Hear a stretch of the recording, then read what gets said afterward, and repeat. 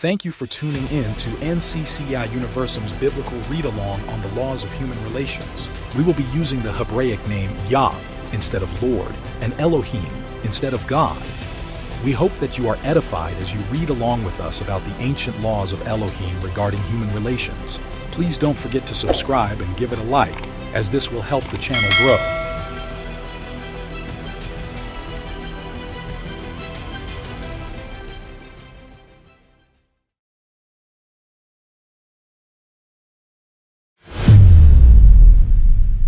Exodus 22, verse 8. But if the thief is not caught, the neighbor must appear before the judges, who will determine if he stole the property. Verse 9. Suppose there is a dispute between two people who both claim to own a particular ox, donkey, sheep, article of clothing, or any lost property. Both parties must come before Elohim, and the person whom Elohim declares guilty must pay double compensation to the other. Verse 10. Now suppose someone leaves a donkey, ox, sheep, or any other animal with a neighbor for safekeeping, but it dies or is injured or gets away, and no one sees what happened. Verse 11. The neighbor must then take an oath in the presence of Yah.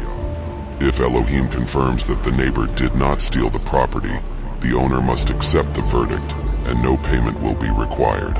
Verse 12. But if the animal was indeed stolen, the guilty person must pay compensation to the owner. Verse 13. If it was torn to pieces by a wild animal, the remains of the carcass must be shown as evidence, and no compensation will be required. Verse 14. If someone borrows an animal from a neighbor and it is injured or dies when the owner is absent, the person who borrowed it must pay full compensation. Verse 15. But if the owner was present, no compensation is required. And no compensation is required if the animal was rented, for this loss is covered by the rental fee. Verse 16. If a man seduces a virgin who is not engaged to anyone and has sex with her, he must pay the customary bride price and marry her. Verse 17. But if her father refuses to let him marry her, the man must still pay him an amount equal to the bride price of a virgin. Verse 18. You must not allow a sorceress to live. Verse 19.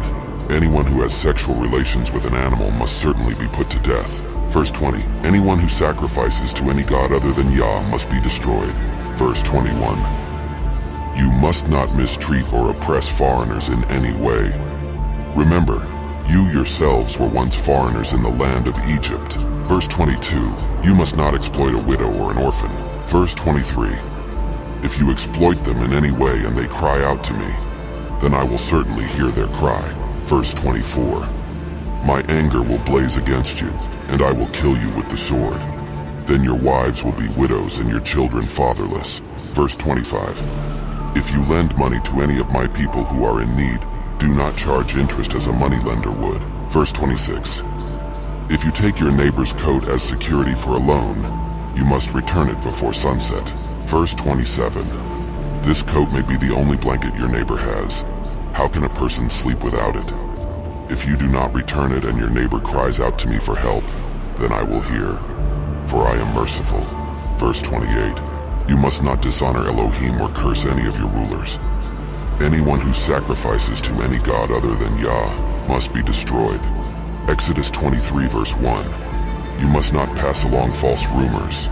You must not cooperate with evil people by lying on the witness stand. Verse 2. You must not follow the crowd in doing wrong. When you are called to testify in a dispute, do not be swayed by the crowd to twist justice. Verse 3. And do not slant your testimony in favor of a person just because that person is poor. Verse 4. If you come upon your enemy's ox or donkey that is strayed away, take it back to its owner. Verse 5. If you see that the donkey of someone who hates you has collapsed under its load, do not walk by. Instead, stop and help. Verse 6. In a lawsuit, you must not deny justice to the poor. Verse 7. Be sure never to charge anyone falsely with evil. Never sentence an innocent or blameless person to death, for I never declare a guilty person to be innocent. Verse 8. Take no bribes, for a bribe makes you ignore something that you clearly see. A bribe makes even a righteous person twist the truth. Verse 9. You must not oppress foreigners. You know what it's like to be a foreigner, for you yourselves were once foreigners in the land of Egypt. Verse 20. See, I am sending an angel before you to protect you on your journey and lead you safely to the place I have prepared for you. Verse 21.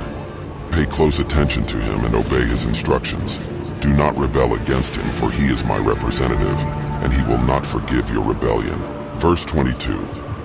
But if you are careful to obey him, following all my instructions, then I will be an enemy to your enemies, and I will oppose those who oppose you.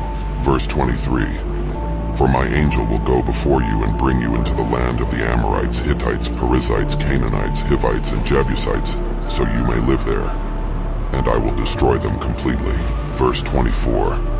You must not worship the gods of these nations or serve them in any way, or imitate their evil practices. Instead, you must utterly destroy them and smash their sacred pillars. Verse 25. You must serve only Yah, your Elohim. If you do, I will bless you with food and water, and I will protect you from illness. Verse 26. There will be no miscarriages or infertility in your land, and I will give you long, full lives. Verse 27. I will send my terror ahead of you and create panic among all the people whose lands you invade. I will make all your enemies turn and run. Verse 32. Make no treaties with them or their gods. Verse 33. They must not live in your land, or they will cause you to sin against me. If you serve their gods, you will be caught in the trap of idolatry.